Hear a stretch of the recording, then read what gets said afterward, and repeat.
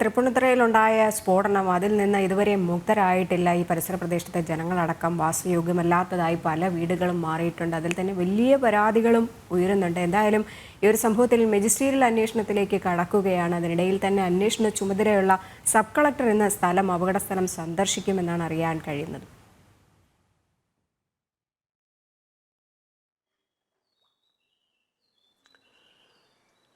Rajani, magisterial അന്വേഷണത്തിലേക്കാണ് ഈ ഒരു സ്ഫോടനത്തിലെ അന്വേഷണം, ചുരക്കാട് സ്ഫോടനത്തിലെ അന്വേഷണം നടക്കുന്നത്. പ്രാഥമികമായി തന്നെ നിരവധി നിയമ ലംഘനങ്ങൾ ഉള്ളതായാണ് അധികൃതർ വ്യക്തമാക്കുന്നത്, പോലീസ് വ്യക്തമാക്കുന്നത്. ഈ ഒരു പടക്ക സംഭരണം നടത്തിയത് അടക്കം, ജനവാസ കേന്ദ്രത്തിൽ സംഭരണം നടത്തിയതിലടക്കം ഉള്ള അനുമതികൾ യാതൊന്നും ലഭിക്കാതെയായിരുന്നു നീക്കമെന്നല്ല കൃത്യമായി തന്നെയുള്ള അത്തരം വിവരങ്ങൾ പുറത്തു വന്നിരുന്നു. ഇതേ ഘട്ടത്തിൽ തന്നെയാണ് വിശദമായ ഒരു അന്വേഷണത്തിന് സബ് കളക്ടറെ ചുമതലപ്പെടുത്തിയിരിക്കുന്നത്, മീരയെ ചുമതലപ്പെടുത്തിയിരിക്കുന്നത്. മീര ഇന്ന് ഈ സ്ഥലം സന്ദർശിക്കുന്നുണ്ട്. പ്രാഥമികമായ വിവരങ്ങൾ മീര ശേഖരിച്ചിരുന്നു. കഴിഞ്ഞ ദിവസങ്ങളിൽ സ്ഫോടനത്തിന് ശേഷം ഉണ്ടായിട്ടുള്ള സൈബർ പരിശോധനയുമായി ബന്ധ ശാസ്ത്രീയമായ പരിശോധന, ആ പ്രദേശത്ത് നിന്ന് എടുത്തിട്ടുള്ള സ്ഫോടക വസ്തുക്കളുടെ അടക്കമുള്ള ഏതു തരത്തിലുള്ള സ്ഫോടക വസ്തുക്കളാണ് അവിടെ ഉപയോഗിച്ചിരുന്നത് അടക്കമുള്ള കാര്യങ്ങളിലെ പ്രാഥമിക റിപ്പോർട്ടുകൾ മീര പരിശോധിച്ചിരുന്നു. അതിനുശേഷമാണ് അവരിന്ന് ആ സ്ഥലം സന്ദർശിക്കുന്നത്. ഈ അപകടമുണ്ടായ സ്ഥലം, നിരവധി വീടുകൾ തകർന്നിരുന്നു. തൊട്ടടുത്ത വീടുകൾ പൂർണ്ണമായും തന്നെ വാസയോഗ്യമല്ലാത്ത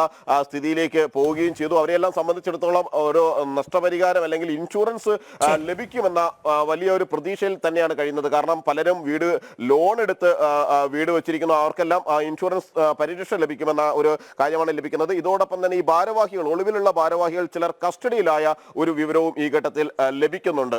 ദേവസ്വം ഭാരവാഹികൾ. ശരി, ജിജീഷ് കരുണാകരനാണ് വിശദാംശങ്ങൾ നൽകിയത്.